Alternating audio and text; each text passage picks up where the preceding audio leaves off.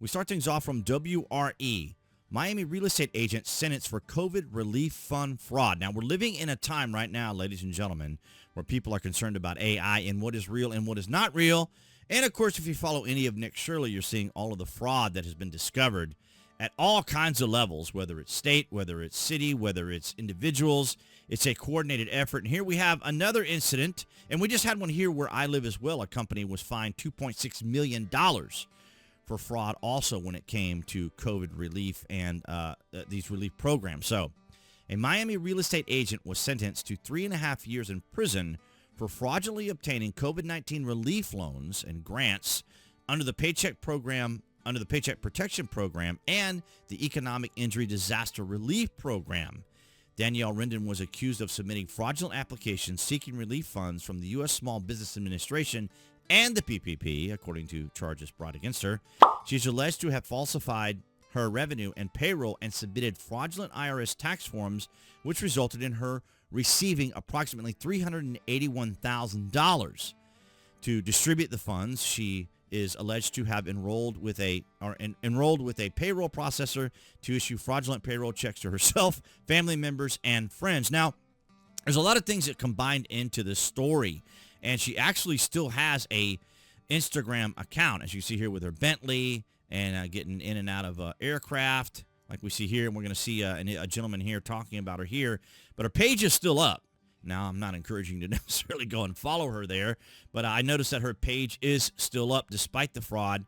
But I do want you to take a listen here to what Simon Investigations has to say. Danielle Rendon, Miami. She's a lifestyle influencer. Another amazing woman. And she built a really big following on Instagram. And her content was at the intersection of like sex and ostentatious wealth. Shots of her in her Bentley and shots of her in getting on private planes and getting off private planes, shopping. And she held herself out as a real estate person for the rich and famous in Miami, living the lifestyle anybody would want, and just a beautiful, glamorous woman with a perfect body who's constantly in a bikini. The reality of the situation was that Daniela was actually just making $48,000 a year selling properties in the model homes of kind of new home developments. She was like the lady in the trailer. Right. And all of this influencer stuff, with her Bentley and all that, was really just a house of cards, an illusion. All right. Question is, how is she affording this look, right? How is she affording the private plane or the Bentley, which turned out to be leased? And the answer is that she was getting fraudulent COVID PPP loans. She got $400,000 in a PPP loan with just absolute nonsense on her application, completely fraudulent. And then she used that money to get plastic surgery, money well spent, a Bentley lease, and a luxury apartment, and lots of like strappy shoes. So there you have it. And I'm not laughing to mock her or to make fun of her. This is just such an illusion that people create for themselves. And this is a story I remember seeing in the New Yorker as well. It was about an individual influencer on Instagram that had taken out $10,000 and was in debt because they bought clothing and shoes and other. And I actually still speak to this person here on Instagram. I saw the story. I reached out to her for comment. And had a nice conversation with her. This was several years ago when I had this exchange with her. Now, I still have her. As I said, I still talk to her here on Instagram. But we see these individuals, and they want to be influencers. And I saw this week on the news, just flipping through channels, where I don't recall what state it was or what college it was, but they were actually offering a degree in being an influencer, which I found fascinating because it's a challenging time. COVID, speaking of which, gave a lot of people the opportunity to start becoming or start doing things online, like with YouTube or other channels or their platforms and so forth. And I see a lot of people actually now coming back. You saw I kind of took a bit of a break this week myself, where I just posted shorts. It's brutal right now. The competition is fierce, and so everybody is trying to find some way to either make money or to become even more influential or reach out and do things. And, I say that as someone who is a YouTube content creator myself.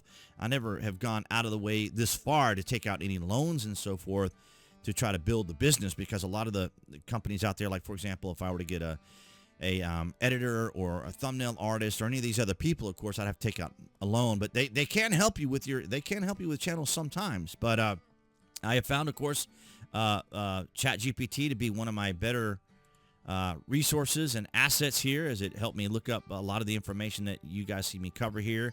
I make sure that I have as many of the details that I have, and it's kind of just helps me out to make sure that I'm giving you guys the full coverage and the full information that's out there. And you can see here she is with Derek Jeter as well, from the New York Yankees, former baseball player. And so she's just living this lifestyle and, trying to do her thing and projecting this image that, that maybe she's something that she's not. And maybe she she did work in real estate. That's true. I don't know what surgeries or whatever she had. I would personally not get into all that kind of stuff. But, yeah, so there she is. And it's one of those things where it's the temptation is real to do these things. And it isn't just influencers. It isn't just in these kind of people. A lot of businesses out there were trying to take advantage. Like I said, a company here where I live actually was just fined for $2.6 million, as I mentioned. They said that they said they had 700 employees when they only had like 678 or something like that. They were, like 30 or 40 short of however many they needed. But nonetheless, they were fined, and that's what you get. And now she's going to serve 3.5 years in prison for this, and it's a very painful lesson. But on her part, she's lucky that it's only 3.5 years. It won't be a very pleasant experience for her, but at least it's only 3.5 years. And that's what I had for you guys this Friday. All right, guys, so that's going to wrap it up for this Friday vlog. Thank you for the likes, the shares, and the comments. Below this video, you can find the various social media links that I belong to, so avail yourselves of that. If you order frequently from Amazon or a Prime member, you can use my landing page link. Your privacy is protected. And speaking of privacy online, my favorite virtual private network, VPN TrustZone, is down there. You guys can check it out. No fuss, no bloat. Get you straight to what you want to do. But I want to thank all you guys across NewTek, BitChute, Rumble, and Odyssey for your guys' continued support. And of course, everyone here on YouTube. Appearing there on the screen, that's going to be the channel icon. You guys can click on that to subscribe, as well as to select notification. That way you know when there's content here on the channel. And I'll see all you guys behind the Galaxy phone camera next week.